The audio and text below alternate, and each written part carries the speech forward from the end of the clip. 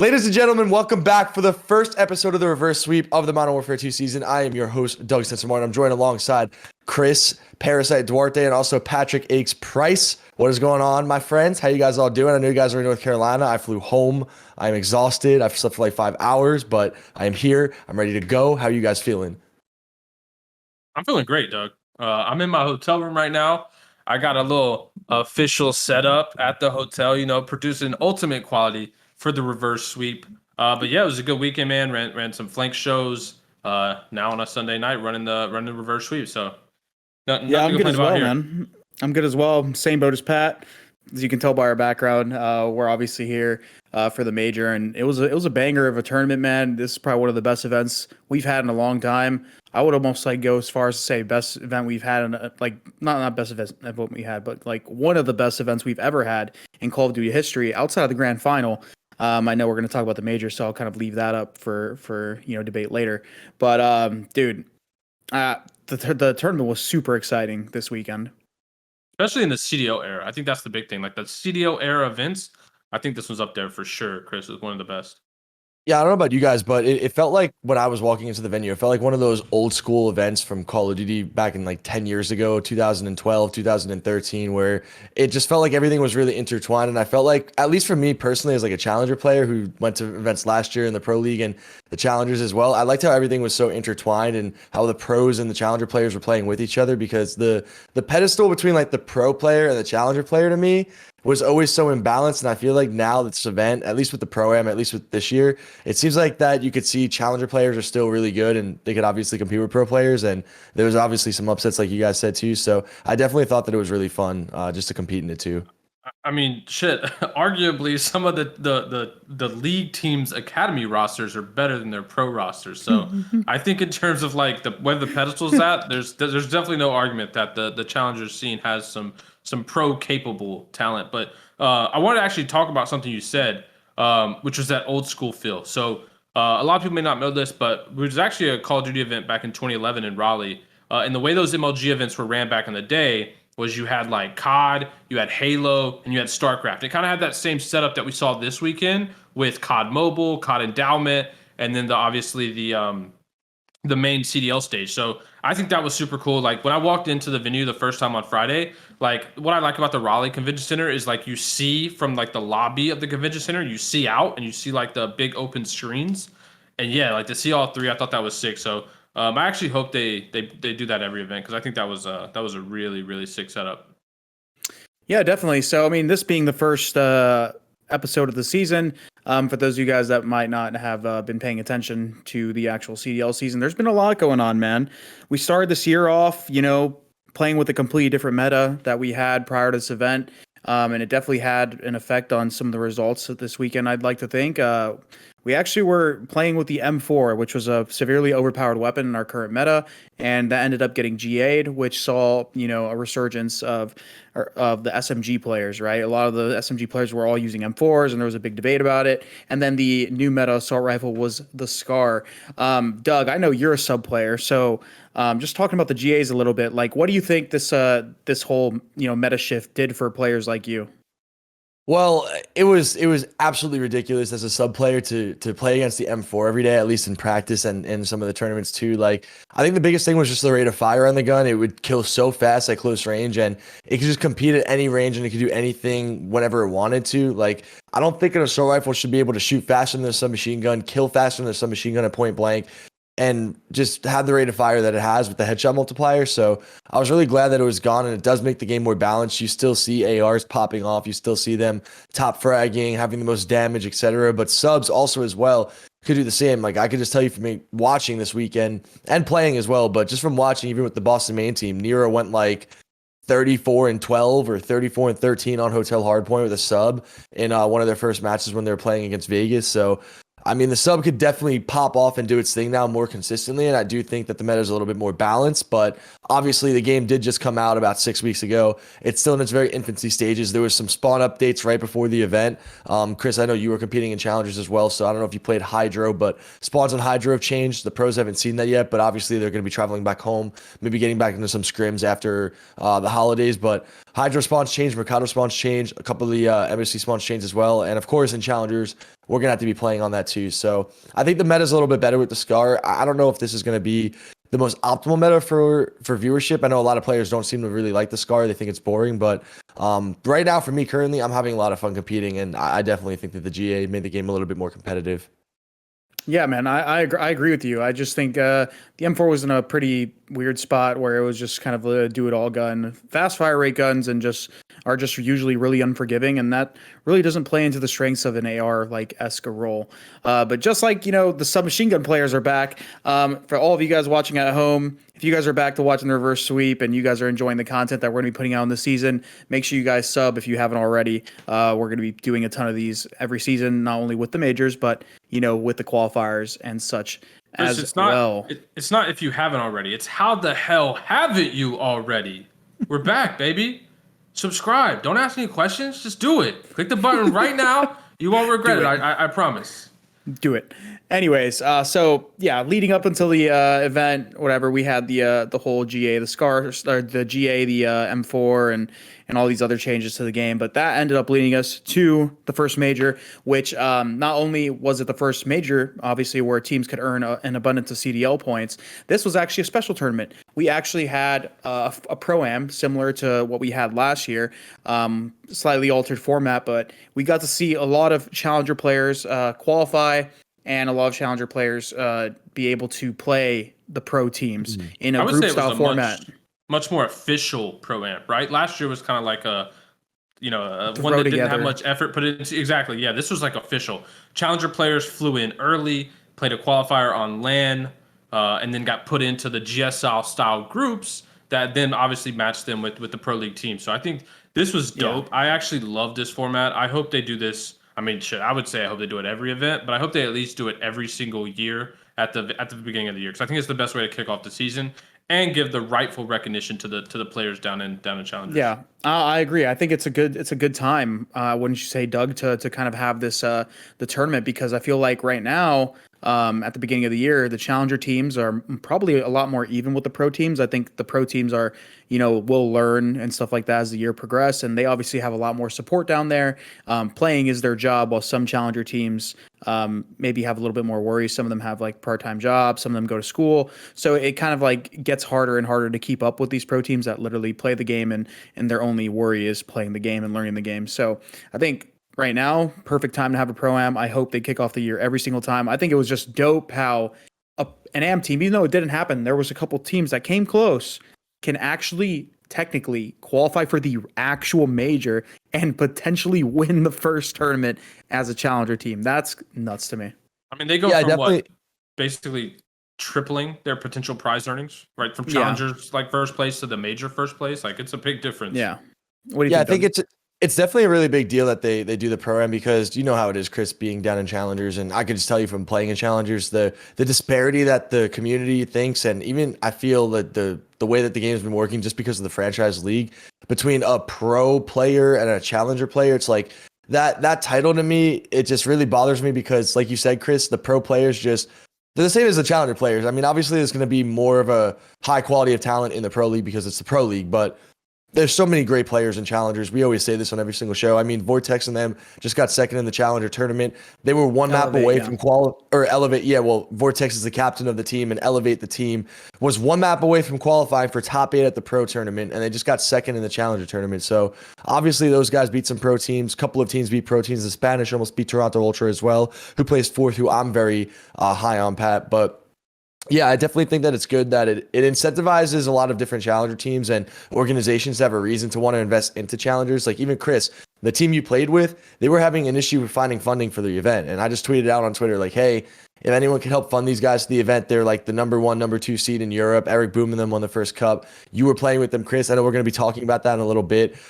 You filled in, you played with them, and a lot of really, really fun stuff happened, not only in the pro tournament, but also in the Challenger tournament. A couple of upsets as well. Chris, you being a part of one of the bigger ones. But yeah, I thought that the format for the Pro-Am was great. It's really nice that we were able to do this in the beginning of the game when there's still a lot of people that are interested in watching it. Maybe we could build a new foundation of fans coming into the scene that want to still watch competitive Call of Duty, or new people who want to watch it as well. So I'm a big fan of it. Unfortunately, our team didn't play as well as we wanted to, so I went right home, slept for like 2 hours, and here we are now. So Yeah, I'm a little disappointed, but overall, I'm happy with It's the all good, format Doug. and how the event went. It's all good, Doug. But listen, yeah, just cap off talking about a little bit about the AM teams and the challenger portion of the event. I just think the pro am every year is going to be a good tool for the community to kind of gauge what being a challenger actually is like. Because I think the community, and even like if you go on Reddit and stuff like that, they almost feel like challenger players are a joke. They see it as like kind of like, oh, dude, you're a challenger player, and like they shame people for it.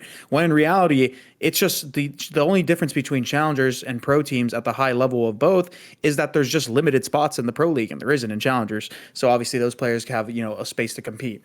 But as far as the tournament, you pointed out there was some upsets. Yeah, so I ended up having to fill in. Well, I didn't have to, but I got offered to fill in for a team, and I found it a pretty good opportunity, to make some extra cash and obviously compete for fun.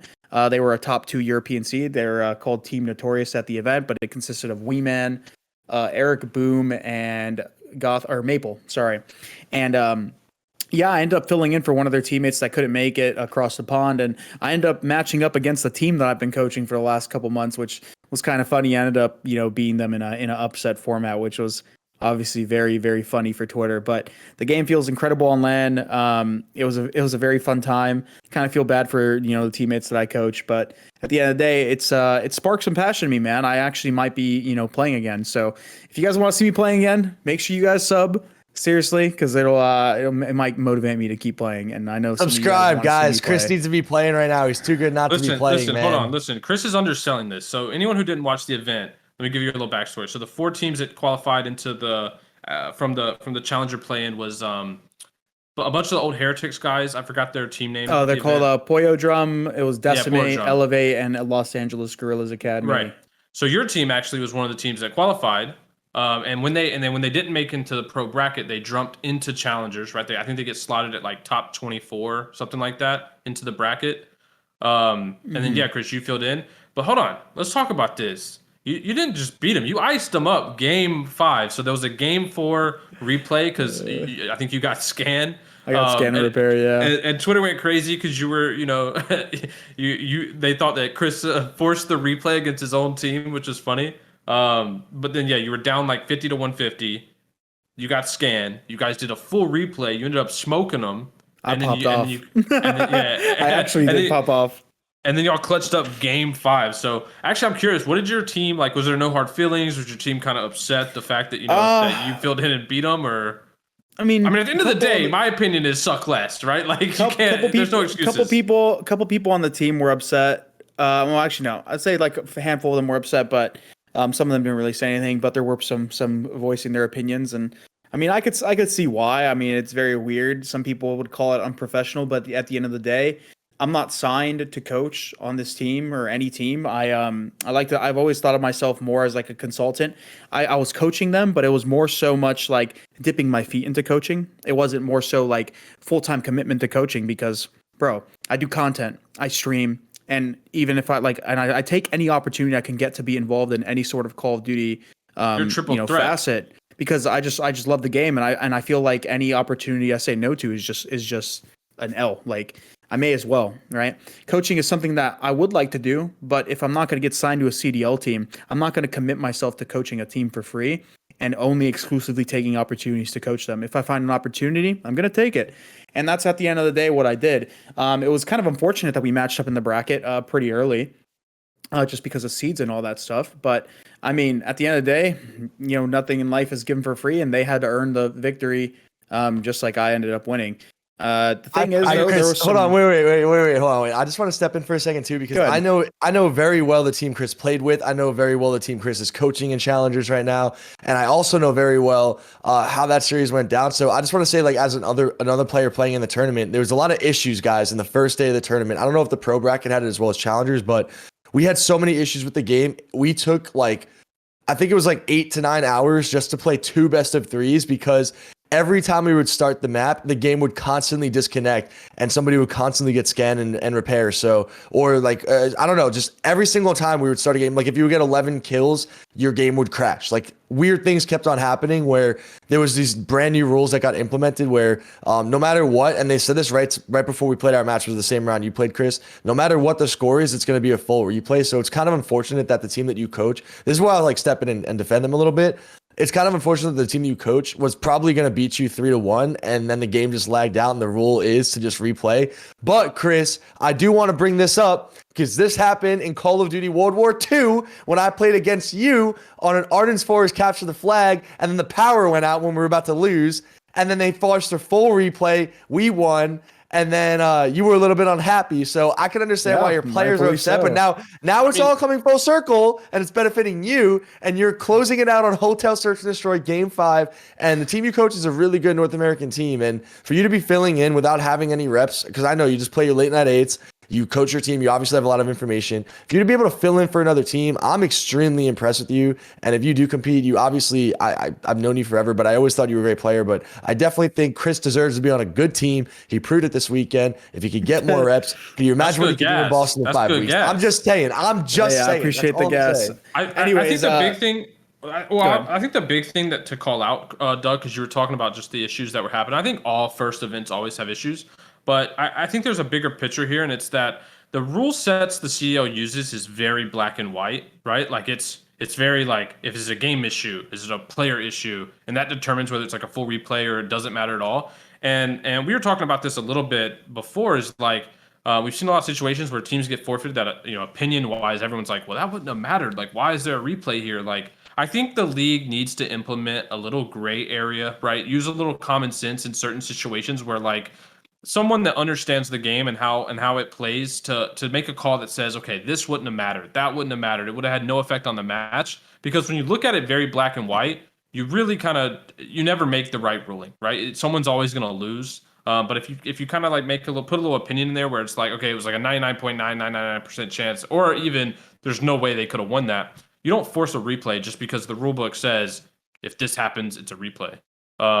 Yeah, there definitely needs to be a ruling committee for sure. Yeah, exactly. Yeah, and Chris, I think your team was definitely disappointed by that outcome, and probably disappointed in general. But hey, at the end of the day, they lost, and that's on them. But speaking of disappointments, there were definitely a few this weekend in the pro brackets. So London, Boston, LAG. What was LAG and top of my head, who was the last team? London, Boston, LAG. Who was it? Not Vegas. Vegas made the bracket. Not Florida. No, it wasn't Vegas, yeah. OpTic? OpTic, right? OpTic, yep, because they lost to Florida. Which is, I think OpTic, obviously one of the biggest disappointments, but I think those teams in general, because they both, all of them really had decent online performances. And to kind of come out here and get 9th through 12th, obviously someone had to lose. But yeah, I mean, I was really disappointed by OpTic. I mean, they had a game 2 versus Florida where they're up like 5-1. Let them come back. They got back in the series. They go game 5. It's on S&D on Fortress. And Florida, one of the rounds, like they eliminated them all. They're waiting to defuse the bomb. And they started doing pull-ups in the map, like mid-map. They're beating them so bad after coming back. And they started doing pull-ups, and I think this really the first round of the game. Yeah, and this sparked from Ender shooting bodies. I think game 1, right? Or early game 2. Okay, it was game 2. Yeah, when early they were game up, 2. They actually came back on. So it was early game 2, and they were up 5-1 or 5-2, and they ended up came back on and losing the map 6-5. Very tough showing for OpTic. I think a lot of people are disappointed in their performance. Obviously, this being Scump's last year, and wanting to see him do good, which in my opinion, he's probably the best player on his team right now. Maybe statistically, I'm not too sure, but from the looks of it and from the way he's been playing online, he's got to be up there, which is insanely tippable, if anything, given how long he's been doing this for, and even with the players on his team, right? You always expect players like Dashy and Shotzzy to kind of like take that spotlight from him nowadays. But the guy's been playing really good. And there's just, they just came out and they ended up losing to a team they already had beat, essentially choking. And I think their main issue is they're just kind of like lackluster in like every game mode outside of hardpoint. And I think that's what kind of bit them in the ass in the long run of the series. And even then, it's not like they're dominant in hardpoint, right? They're just above average. They'll get wins. Yeah. I don't think they have anything they're really dominant in, which is, for that roster, I mean, you need to be dominant in at least one game mode. But I think the big thing here is like So we saw Porter, I think, talk about this a little bit last year on NYSL, that like everyone kind of knew it was going to most likely be his last year, and he kind of used that to kind of motivate his teammates. I think in Seth's situation, like if I'm on that roster, like especially if I'm Shotzzy, right? Like Shotzi's the one who we all kind of predict to carry on the legacy as like the superstar of the Green Wall. I think all these guys really, in my opinion, need to buy in. I mean, it's Seth's last year, and he's performing at a level, honestly, that's probably better than he has been the last couple years. He mentioned it. The game suits his play style more than the games we've seen in the past. No slide canceling like that. So I think, them as a team, really, I mean, they need to lay it all on the line this year. I think, Seth being Seth's last year, if they don't get a win in Seth's last year, that's going to be crazy. Well, to be fair, I mean, go ahead. No, I'm just saying, like, to be fair, like, we all know how Call of Duty goes. I mean, I've won with both of you guys in major tournaments, and then I also went into the next major tournament with both of you guys on different teams. Chris, we got 8th at playoffs where there's 8 teams after we just made a crazy losers run, won like 6 series in a row, 2 best of 5s in finals. Pat, we made a crazy run as well, obviously winning Columbus, beating OpTic in 2 best of 5s, and then next event we got top 16. So we know how this goes. Like, you could be a dominant team, or you could be a good team, or you could just be a team that has the potential to win. And you could get first place, and you could also get dead last place, especially in the CDL era. I mean, we all see, like, even Boston, they got last, but look, I watched them scrim. I played against them in scrims. I saw them playing their matches. They easily could be making a run at the tournament, and sometimes a team just has to lose, and that's just the way it's going to have to go when you have 48 players playing in a league that number 1 and number 48 are all really close and really good players, and every dog's going to have their day, especially in a game like this, right? So, I mean, it's just the way it's going to go, I feel, with how good the competition is, especially with Florida. Great roster, always underrated. I was very high on them going into the season. Toronto Ultra, I thought that was going to be one of the top 3 teams in the CDL. They just finished 4th. So, I mean, it's just the way it's going to go with the way that the CDL is set up now. My thing with OpTic, though, is that it's different with them, and I'll tell you why. Because obviously, these guys have been teaming, for 2 years now, same roster. But the thing is, going into the season, they wanted to get rid of 2 players. Some people thought it was a joke, but it's already been confirmed it wasn't a joke. These guys obviously had the full intention of getting rid of Dashy and iLLeY. And I still think that at times iLLeY and Dashy are kind of underperforming in a way. I think Dashy is better than, the potential the potential that he's been playing at. And I think iLLeY obviously has always been that question mark for that team, whether he's going to, play really well. And when he does play really well, that team makes a lot of big runs in tournaments. But when he's playing not so well, that's kind of when they struggle. And with Shotzzy obviously not having the superstar performances that he's capable of, these guys are really in a weird position where I feel like if they have another like terrible stage at like a major or something like that, these guys might actually blow it up like to a degree, which is I feel like might actually be weird for Seth's last year.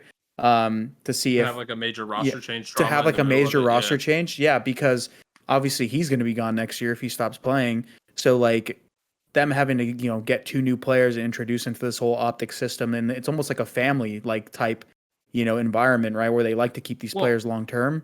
It's going to be a really weird situation.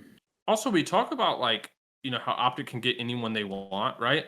But like realistically, you look at but also when you think about that, look at the landscape, right? So like let's just assume they can't get any of the top dogs, right? So let's say no Atlantas, no superstars off Surge or stuff like that. But what player would want to join that roster in Seth's last year, right? Like I feel like that's like a super high stressful situation where like even if you do join, like you're almost automatically gonna get scapegoated, right? Like even if it's not your fault, I feel like if you join as in Seth's last year, and there's always gonna be the back of the mind, like if you don't perform, like you kind of like you fumbled the bag. What type of softy mentality is this? I would never expect this out of you, Pat. Not me. I would. He's not saying he would, but he knows. If you told me I'm playing with Seth in his last, because we all played with Seth too. It's easy to play with Seth. He always makes the game feel easy. Like, I don't care about the pressure. Win the game. Win. Attracting talent, right? If let's say they drop Bruce and Ender, right? The offseason move they were gonna do. Who can they get that's gonna talented players? Right, but that's what I'm saying. Like, you're telling me There's so many Incest players in last Challengers year, Seth could win a championship with right bro, now. Doug, you're telling me Incest last year competing ever, his retirement He's gonna drop in Probably iLLeY or gonna go to- Dashy for challenge. Well, Challenger you're just saying this like, oh, if they play bad at the next stage. Personally, I just feel that he's gonna ride it out with this team no matter what for the rest of the year. They could get dead last in every tournament. He's still even gonna if ride it out with I them. feel like bro, that's Yeah. a disappointment. That's a Because I don't think they suck. Even if they get dead last in the next major, he ain't making a change, man. bro, he's I don't he's think they're also top four. playing. But listen, he's also playing with 3 people that have a mindset, right? Like, bro, you think Shotzzy, just because it's Seth's last year, you think Shotzzy wants to ride it out with a shit roster if they're placing terribly? Yeah. No. You think iLLeY wants to just keep placing terribly? You think Dashy wants to keep placing terribly? No. Obviously, these people will want to try to maybe go to other teams. Maybe I'm not thinking. Maybe I'm spewing bullshit, and I don't think that's how they would think. But hey, at the end of the day, they're still a team that has to perform and has to have good results. And if they're not doing that, who the fuck knows what can happen? But And in my opinion, I don't think they're like the LAT situation of last year. Like, I don't see them like just starting slow with a bunch of talent and then making a few like swaps and roles and maybe a new coach or anything. I don't see that being a catalyst for them to just see success. This is a known quantity, right? We know this team has been together a while. We know what they're capable of. But to me, they've been on a downward trajectory since they won their home major last year in Vanguard. Like, they've been on just a slow decline. So yeah, barring some like massive step up from some of those other guys and maybe like a really big attitude change in general, which is kind of what I foreshadowed a little bit earlier when I was saying like, are they buying into the fact that like this is kind of a do-it-all season, right? It's just last year. I don't know if I see them improving. So yeah, I think yeah. a blow it up candidate is possible if it continues. So what about the other teams? So we got LAG. Let's talk about LAG, Pat. I know you got some strong feelings about LAG. Tell me about LAG. Listen, Chris. Wow. So every time I watch LAG, I'm like the opposite of impressed. I genuinely think that their academy team that came into groups this major is a better roster, a better put together team, a higher ceiling than their professional team. And when you think about that, right? Like if you do a side by side, that's mind blowing to not only compare like the statue, right, of players that are on each team, but also the amount of money LAG has invested, like in comparison of what they have in their pro team versus their challenger team. It's night and day. And the fact that your challenger team is better is honestly, it's embarrassing. I think they should be embarrassed by that. I think the pro team should be embarrassed by that. And yeah, if I'm LAG management, I mean, I'm looking at this like I made a huge mistake again. Like I need to put some of the guys from my challenger roster on my pro team. How does LAG keep getting away with it, bro? Bro, why would they re-sign a trio that you knew was not a good trio? Like I don't care which players wanted to play with what. Like that is irrelevant to me. At the end of the day, when you're signing teams, you should know what does and doesn't work. And I feel like they let like a little bit of friendship get in the way of making a good roster. You know what I mean? Like if Spart, Neptune, and Kyler were like, no, we all want to play with each other. We really like this dynamic between us three. Like, bro, if I'm LG management, I don't care. I'm letting all 3 of them go and starting over than signing something I know doesn't work. And in my opinion, that roster is not ever going to work. So I think that team is automatically the blow it up candidate number 1. And yeah, I think like I said, they've got talent on their challengers team that they could easily incorporate into their pro team, and I think they're instantly better. So yeah, I'll be damned if they're not. I'll be damned if they're not the first roster change of the season. If they aren't the first roster change of the season, and what's going on in that camp? Those guys are not in the CDL to win. Like I honestly couldn't tell you. Well, they committed to aLLeY for 3 years already. I mean, they have a set plan and Spart. And Chris as well. Well, good for them. I mean, they're seeing a future with these guys, but the thing that's so tough about this conversation. What future are they seeing, Doug? This is the issue. Everyone else is seeing. Pat, okay, this is the issue. You, for example, let's use you. Dead last. No, let's use Pat. I just want to put him in his place real quick. I remember. Use me. I'm going to use you, Pat. I remember there's no future. Blow it up. When you said blow it up, I had to smirk, man. Okay, did LAG play bad? Yeah. Did their academy team play good? Yeah, they won the challenger event as well. And I play against those guys. I played against pro teams. They're definitely a pro team. I mean, they're a pro team playing in challengers. It is what it is. But When you say this isn't going to work, this trio doesn't work, this doesn't work. Look at the Thieves. It didn't work. Blow it up. They went 0-5 in the stage. They switch roles. They win champs. Bro, no, but listen, listen. They were playing the game. The same team was in the game last year with one different player, and also, that player is now on FaZe. What? And the problem with the Thieves, the Thieves were playing the game wrong. They had all the talent in the world. This team lacks talent. I'm sorry. Huke, Spart, Neptune, this is not the style of COD that fits this trio at all. Like, if it was Vanguard again, like, maybe you have a case, like, maybe they can get better. No, Humper, what? They were literally playing Vanguard. No, don't get me wrong. If we were playing BO4, maybe.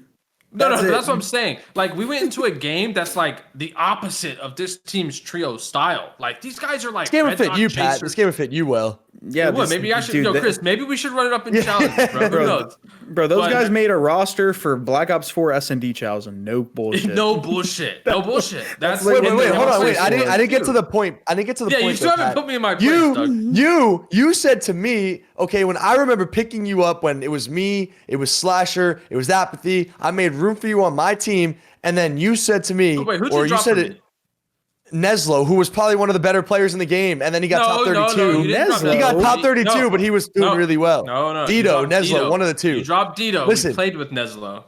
And NYSL was doing well, and then you just bullied him off the team, even though he was doing well, because you said, I don't believe in NYSL. It's not going to work. Yeah, and I picked up Slasher, and we won. Hold on. We all unanimously won. You're welcome.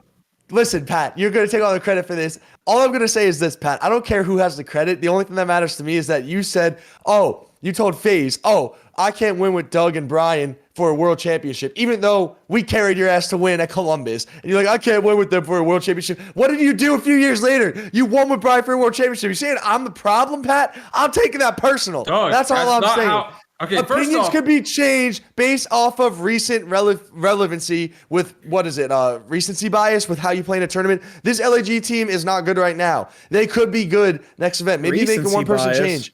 They were doing the same shit last year. But Doug, this is my issue. The game matters, yes, right? That's my issue. That's my issue right there. In Brian and AW, that doesn't mean I'm not going to feel confident in him in World War II. And that's my problem with how this whole thing works right now, because one, I want players to have stability. Like when I hear it, because I know Spart, great player. I know Alec, great player. I love when I hear these players get 3-year contracts, but I don't like how our performances, our results. OpTic had one bad major. Maybe if they played bad at major 2, Seth blows it up, and then this happens and they blow it up. That OpTic team has been bad for like 6 months. Okay, but all I'm going to try to say is like, how do organizations commit to these players, get them apartments, have them play for them for like 6 months? You play for 2 stages, you suck, you get taken off the team. Like, how are you going to have sustainability as a player as you get older and like are looking for a source of income if you're only going to play for like 6 months to 8 months in a game, get benched, do this, go on another team, go there, relocate to this place for 5-6 months? It's like you can't even be in one place for like a year. It's ridiculous. I'll tell him. You play a different game. I'll follow up. Yeah, exactly. I'll tell you play a different game. This is Call of Duty. This is a game that changes every year. So the dynamic, the landscape, the players, the teams, everything, your future can change like this, just like the game can. Because because it's just the way it is. You either adapt or you fall off the scene. Bro, I don't granted, I like as a person, as a player, bro, like I'm the same. I want to have stability, right? I want to be, I want to make sure I have a job. I want to make sure that I'm making money, I'm having fun, I'm in a good mindset. But bro, if I'm not going to perform, long term, if I'm not going to do my job long term, then why the fuck do I have the job? Like, there's no point. There's people out there that are hungrier. There's people out there that are better at the job. So get them in the position. It is what it is. We know the scene we play in. We know the landscape we play in. We can't sit here and make excuses. If that's the case, you just have to play a different game. Play a game that's going to last longer, which in this case, I think we're going to start having 2-year cycles of Call of Duty. Pray we get a Treyarch game next year with 2-year cycle. That'd be pretty cool. But anyways, that's just the deal. Yeah. I mean, you can't make excuses for these people. I think to follow up. Go ahead, Pat. Well, I was gonna say I want to follow up on what you said, Doug. The reason there's no sustainability is because you could go from being a top 10 player 1 year to the game completely changing, and you not even being in the conversation as a top player. Like that. I mean, think about BO4, World War II to BO4. Like those are polar opposite titles, right? Look at Vanguard to now. Like it's the same thing. Like when the game from just a pure gameplay standpoint changes to the point where like the players, what makes the players good is no longer necessarily even available in the game. Talk about slide canceling, talk about no red dots, talk about the pace, talk about like L trigger heavy versus movement finesse. Like there's so many aspects that change year to year. And yeah, this is the first time that we've ever seen a 2-year cycle. So maybe for the next 2 years, you could have that sustainability argument. But yeah, if the game continues to change every year, you're never ever going to get true sustainability because teams that want to win have to make the changes when they realize like, hey, what my team was last year is not what my team is this year. And if I care about winning, I need to make the change to make that happen. Listen, you got to So be then good. the other question that I have for both of you then, if it's about winning, right? You want to win, but then at what cost, right? So like how do you build a brand with an organization and scale it and make it lucrative while also trying to win, while also trying to have some form of, because you need to have some form of a structure with your team, right? Like with OpTic, it's Seth. Like if Seth's not there on OpTic, how are they going to be able to have this image that they're trying to promote for this team and get these people to want to buy these tickets? Like how do you perform and still have sustainability with your fan base at the same time? Like it just makes it seem so unrealistic when, like for New York Subliners, for example, it seems like they just have a brand new roster every year and they're really trying to win, but with what identity, right? Like, do you think fans even care about that? Do you think players in general, does that matter to anyone? Like, is this just something that we're all making up here or what? Well, I Because think that's I personally believe that there's something where it actually matters. Like you definitely need to have some form of just like camaraderie with your fans and your player base and your organization and everything. It's I Call of think Duty. this is It gonna doesn't. be It doesn't. My bad, Pat. I don't want to cut you off, but I think that's just the landscape we have of Call of Duty. It doesn't exist, and it's because of the title changing every year, right? Having a brand and having all that stuff, a lot of the time is very player to player based. It's not going to be brand based, and although the brands probably want to achieve that, like the teams, it's almost impossible, man, because of the game we play. Think about it. Everyone will tell you most teams or most people, they're fans of players, not teams. exactly. And that's why, because you're just That is going exactly from what I was gonna say. you're going from player you're going from team to team to team because you're trying to find a formula to win. Like, and it's because the game's going to change because bro, we're playing an esport. Yeah, marketing, sponsorships, all that stuff is very important. It keeps, these organizations, making a profit. It keeps, people interested in esport, or it keeps the advertisers interested in esports. But at the end of the day, bro, you got to be on that stage for extended periods of time. And how do you do that? You win. It's the only way. Until we play a consistent game where we're not changing every year, we can make these arguments of, having a sustainable roster that can build a fan base for a specific team. But Call of Duty is not a long form esport. It will never be until we get that. And the only people that we can blame are the developers. So that's just the way I see it, in my opinion. So let's just move forward real quick. We've already touched on the LAG. We'll make these quick, but the Royal Ravens, in my opinion, they just got smoked. They look pretty decent online, but on land they didn't really look too good. Yeah. I'm still pretty high on aSim. I think aSim is very good, very talented player, but I mean, Trey, Paul, and Nasty at times just don't really look like they're like championship caliber players. I mean, I think they're pretty good players in their own right, but I think Royal Ravens again are just are struggling to find a roster that kind of works, which sucks because once again, hey man, they got a couple players to choose from. They got Scraps on their bench. Scraps has always been a good player. I think he kind of got dropped from the scene because of this whole reputation tarnishing thing with him prioritizing Warzone and content prior. But I think Scraps was always a talented player. And they even got the Elevate roster, right? They got some people on there that came over and surprised a lot of people, right? Taking some of these top teams, to the limit with like Jay Gizmo and Harry, who they previously had on the roster and don't now. So I mean, for Ravens, I just think they're gonna have to mix it up, bro. I think they're gonna have they're gonna have to bring in some other European talent and kind of like almost like clear the slate and just keep aSim if they want to keep that European identity. I think they're in the like the boat of they need to blow it up. Like I don't think they're gonna find success with that roster. Like it is what it is. Like I just don't think that with that current roster they're gonna find success. They came here and they got shit on. With that roster, not all of them obviously, but some of them we talked about before, just don't perform as well on LAN as they do online. That's always been a problem with the Ravens. So yeah, I think they just need to make some changes. The other team is the Breach. They had a little bit different of a situation. Awakening is probably their best player, if not one of. And apparently he wasn't feeling well this tournament, so they lost the first match, which is whatever. And then obviously he had to say, guys, I can't play. Doug, Beans, your teammate, actually ended up stepping in for him. And then they got unlimited. So I think for the breach, it was an unfortunate weekend, right? You can't predict someone feeling ill.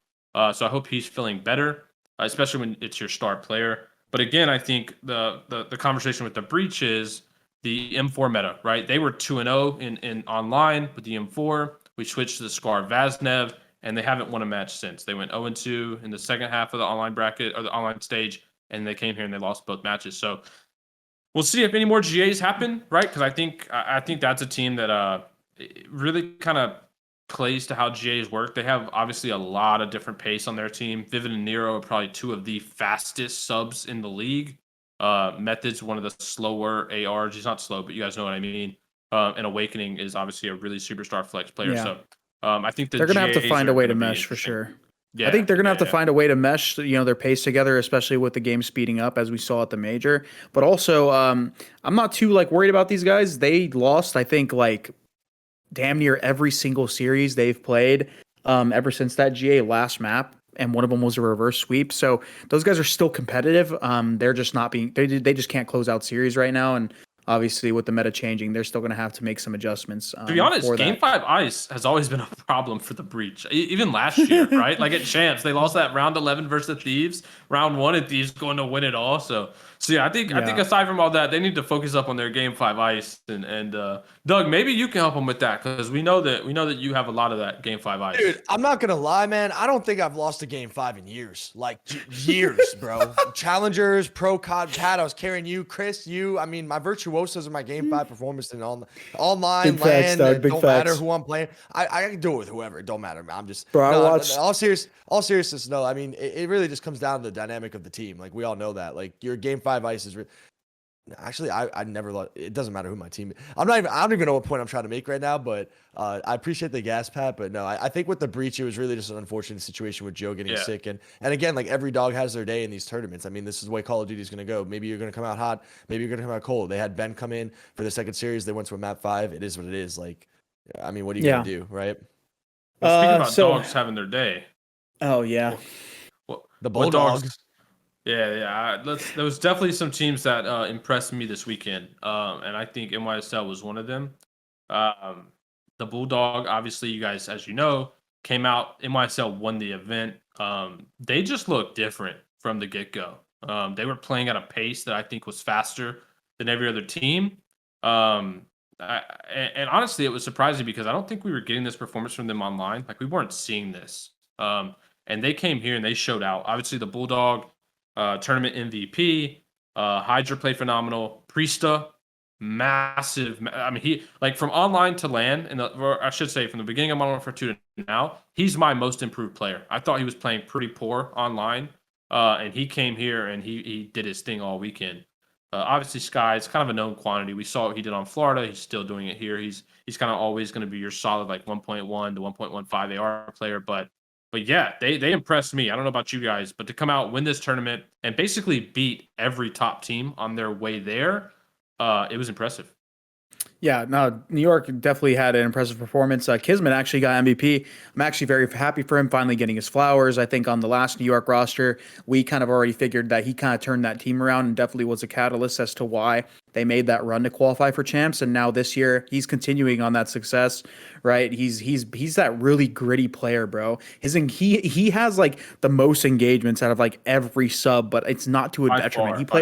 He plays at such a unique pace, and you notice it a lot in this game because I think this is a game where a lot of people are going to struggle with finding that rhythm because of how weird the game is, right? It's you have to play with speed, but everything in this game goes against playing with speed in order, for you to succeed. So he has this very unique play style that I think is a big catalyst as to why New York is such a good team right now, and him with Hydra, right? Hydra's probably loving playing with Kismet. Kismet takes care of a lot of a lot of the objective work and a lot of the, the fundamental stuff, and Hydra can just kind of roam and slay and do his thing. And Priesta, another one who stepped up massively. We were really hard on him in Vanguard. I think rightfully so. Vanguard and a Cold War at times, he just wasn't the best player on his team. He wasn't very good, and we knew that Pristo was a very good player back in the day with him being on 100 Thieves and winning a couple tournaments. So He we was knew he had it in superstar him. player, like superstar caliber. Yeah, so it was very weird to see him kind of drop off, but the guy's back, dude. He looks like a completely different player. The guy's shooting nukes, and everyone on that team, played phenomenal, and they deserved it, man. I think a lot of people, including the coaching staff, a lot of people on that roster, they've been ridiculed, and a lot of them have been going through it for the last year or so now. Troy, So they their deserve coach, it, bro. Cinder, he got dropped from OpTic after this last year. So he obviously moved to NYSL. First event with them, instantly got a championship. That's got to feel good for him. Obviously, you guys know how some of the off seasons go, where you're not sure what your future is going to look like. And then to obviously land on a team, and then not only land on a team, but win right away with that team. First event dub. Yeah, that's got to feel good. And honestly, New York had some of the most off-season drama. We didn't cover it all, but I'm sure you guys in the community are aware, of all the drama that went down surrounding NYSL, Crim, Hydra, their coaching staff. So for them to come out, get a win, I imagine that's got to feel amazing for them. To kind of just. I mean, to it prove does. everybody wrong right away. Hydra literally said it on stream. He was like, "I'm glad to prove." It was the first thing he says. "I'm glad I proved Crimsix wrong," and I mean, rightfully so, man. The guy's definitely super talented, and he shows he can win championships. So good for Hydra. Good for the whole New York Subliner squad. Anyways, Doug, I'm gonna ask you about Thieves. What went wrong with Thieves this week? Because these guys obviously came off of winning the world championship. We knew Kenny, moved to a sub, and these guys were looking phenomenal in S&D towards the end of the year. But this year, they just could kind of look mid in every game mode. I still think they're a top team, but what do you think? What do you think about the Thieves and what went wrong for them this tournament?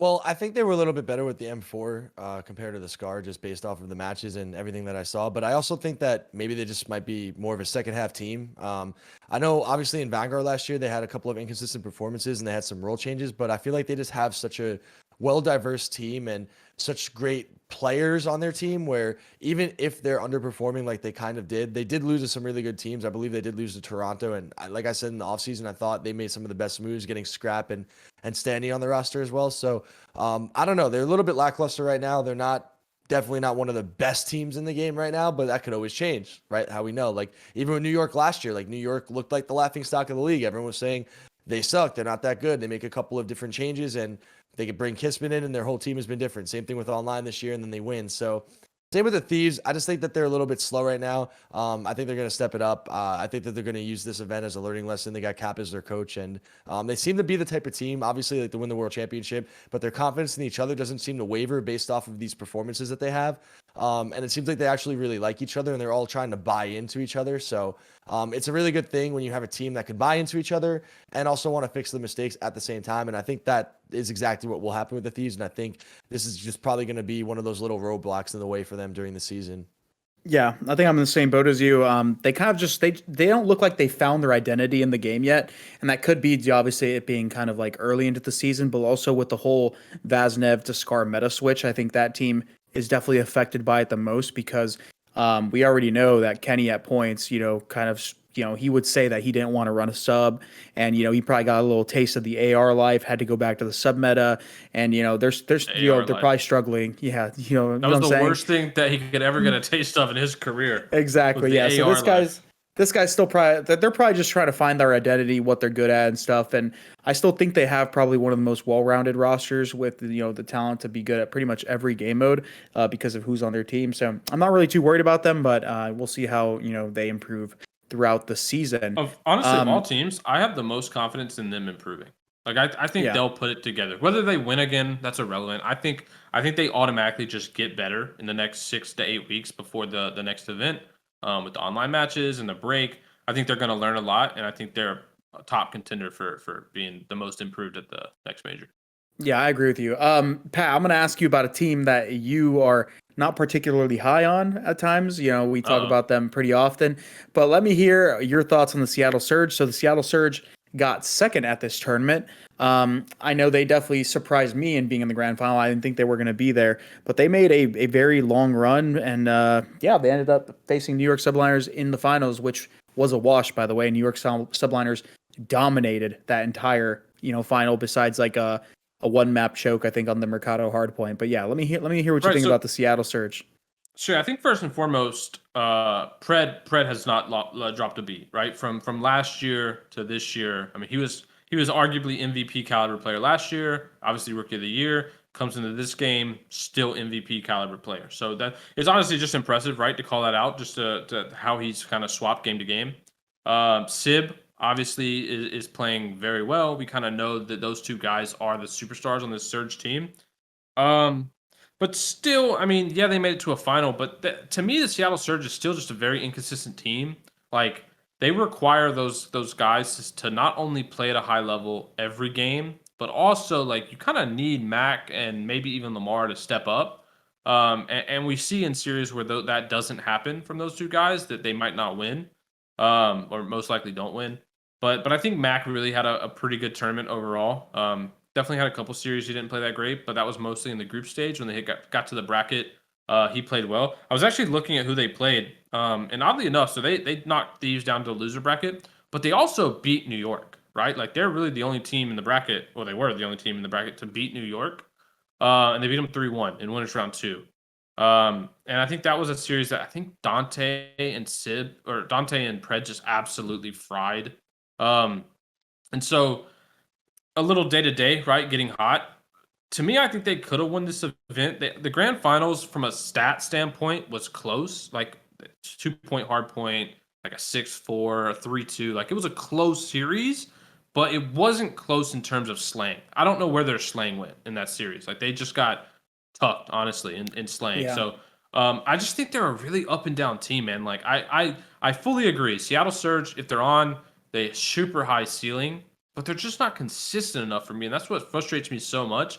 Because I think from them as a talent standpoint, I always feel like that team can improve. Obviously, they like playing with each other. They like, what they're doing in that camp, but I just hate to see two players be superstars all the time and kind of be like, all right, are their third and fourth guys gonna back them up? Right, Yeah. that's kind of my take. But I think their ceiling's high, and they're just a roller coaster team. I think for me, what their X factor is simply Mac, because I think we already know what you're going to get out of Lamar, and obviously those guys all love playing with Lamar. Granted, he has times where he throws up the stinkers here and there. I think he brings a lot to the team in terms of the leadership that some of the young guys lack, and I know some people might think, oh, that's not that important, but clearly these guys are obviously all buying into it in the system that he helps promote. So, I mean, outside of Sib and Pred, that play to the superstar performance all the time, I think it's Mac, dude. Whenever they won their tournament back in Vanguard, Mac was the person that overperformed. And then after that, when he started to play terrible again, in comparison. Yeah, in comparison, right? He started to play terrible. They started to fall off. When Mac is able to put together these events where he's playing really well, I think that's when these guys are more prone to make a run. But also, the thing that's always worried about me about Seattle, and it still continues to worry me, is their S&D. They've won a handful of them, and I think that's when you saw them, being able to kind of make this run in the tournament. Yeah, they won a game 5 versus FaZe, funny enough. But I don't know. I'm still not sold in them being like a consistent team. I think we just need to see better performances at Mac, or just in general, better just S&D wins, like more consistently. I like that they had some at this major, but we'll see if it's a one-off. We'll see if they can improve in the game mode. As far as hardpoint, I think these guys are a phenomenal hardpoint team. I think they were one of the only teams that could actually, compete with New York in the pacing department. So, I mean, we'll see how the rest of their season develops. I honestly commend them from getting second, because going into the tournament, they didn't look like a team that, was going to, place this high. So, Pat, I just want to say really quickly for the record, I remember in the beginning of Vanguard last year, I was always telling you how great of a team Seattle Surge is, and you kept on telling me throughout the season that they need to blow it up, and now it seems that your opinion seems to be changing a little bit. I've kept the same one the whole time. I think they without a doubt, they keep Sib and Pred. No question, those guys are gross. I've always thought those guys were gross. My blow it up is focused on the other two players, and it's mainly like what we were talking about. Like, they just aren't consistent. Like yeah, you know what you get from Lamar, but throws up a stinker a lot. Yeah, you know what you get from Max. Sometimes he overperforms, and that's an X factor for their success. But like, I don't like that as a player. I don't like watching teams that, like, I feel like there's just two superstars that are always going to fry, and you have to have other guys fry. So I think I've been pretty consistent. Like, I just think that team could pack a punch and get to a point where they'd be dominant. That's my take. Seattle Surge almost looks like the team that OpTic should be in terms of like the way they are performing. It's like I just feel like I look at the OpTic roster and I'm like, oh, dude, Shotzzy and Dashy should just be frying. And then like it's the same thing where I look at Seattle, I'm like, oh, Prid and Seb and Prid Seb and Prid. Oh my god, I'm so freaking fried. Sib and Pred are what Shotzzy and Dashy wish they were. That's all I'm gonna say. That's all I'm gonna say. How do you feel about this FaZe roster, then, Pat? I didn't know that, Pat. How do you feel about FaZe? Because I know that everyone has their opinion on Slasher joining for Arcitys. FaZe obviously ended up finishing third in the tournament. I personally like the Slasher move. I'm a big fan of Austin. Love his game. Love what he brings to a team. And same thing with FaZe, Pat. I mean, they were right there as well. They just almost got to they were in the winners finals. They did lose. They lost again in the loser bracket as well. They did beat Toronto Ultra, which is a good win. So how do you feel about FaZe, Pat? What's your thoughts on this roster? So I like the move Slasher for aLLeY, right? Like I think that was a good move. I think they get better in S&D. I think they clear up a little bit of team drama, right? We kind of saw a little bit of that last year on the timeline. Not that it was aLLeY's fault or the team's fault or anything like that, but I think they clear up a little bit of drama and they become more about the game, or strictly the game, I should say. I think Slasher improves their search. But overall, I think Slasher's a winner. Not to say aLLeY isn't, but someone who's just all about winning on a roster like that, like winning is everything, winning's first no matter what. I think does help this FaZe team. The big problem that I had was FaZe was, again, their stars were just inconsistent. It's kind of the same stuff we saw in Vanguard. Granted, aBeZy is playing a lot better this year than he was playing in Vanguard. But like, I just want to see this team be the consistent force we know they are. Like, I think in their last series they lost in that loser finals, like Slasher had like a 0.6 in that series. But other than that, Slasher was frying all weekend, right? So it's like Slasher's not going to throw up those 0.6 series a lot. But other than that, I mean, Simp, like hot and cold, right? Had some great series, had some really cold series. Cell's really the only person on this team that I can look at and be like, Cell is going to fry every match. And it's like, I just think you have those superstars, Simp, aBeZy, like those guys gotta be superstars every match. Like we in this day and age of COD, like your superstars gotta perform. Period. Like every team's stacked. Like every team has star players. And so if you guys aren't slaying, that's always gonna be a key issue. I mean, they were losing hard points this weekend. Like that can't happen. When you look at that FaZe roster, they are put together with some of the most slaying power in the league. They can't come out and not only get outslayed, but like just get outplayed in hardpoint. It can't happen. So I think them, like Thieves, are gonna use this as a learning experience. It's funny too because we talk about FaZe and we're always disappointed, and it's like those guys are getting second and third every event, like at a minimum, and we're like, yo, these guys got to improve. Like it's such small things for those guys. I think it's just a consistency thing. There's not much you can really say on FaZe. Like the fact that we're even talking about it, like them having issues when they're getting top 3 every single event is funny. But yeah, I just want to see again their stars be a little bit more consistent, whether that be the pacing of the game or whatnot. And I think teams honestly are going to go back if this meta stays the same, and honestly learn from New York. New York plays a way in this meta that I don't think any other team does.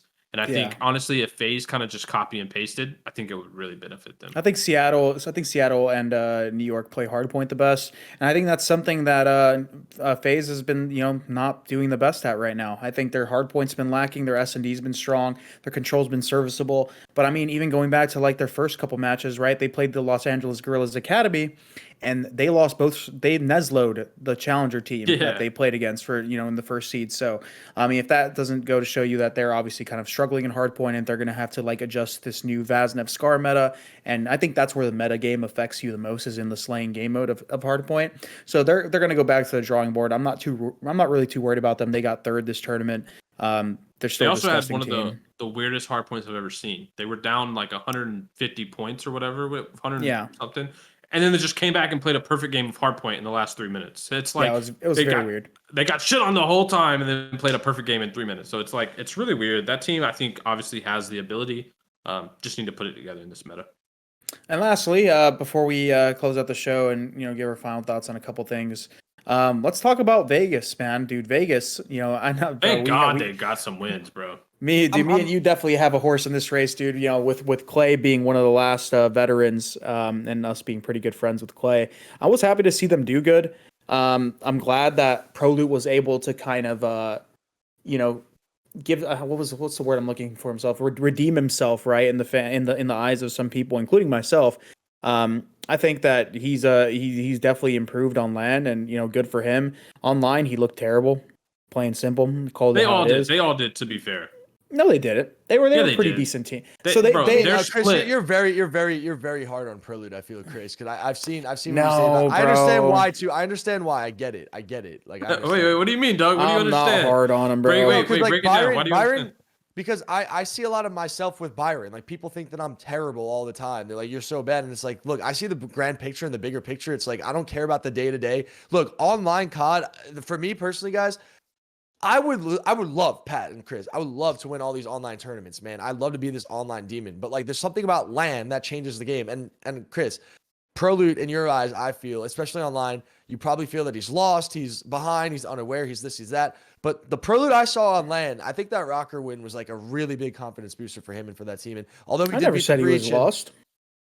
I mean, I saw the clips that came out. I know the way that you think about players. Yeah, hear I what just you're said he saying about wasn't. him I just online. said he wasn't that talented on it from a skillful level. I think he's But- more of a but- mindful player, a smarter player, S&D So star. you were calling type him like a player. Rambo Yes. player.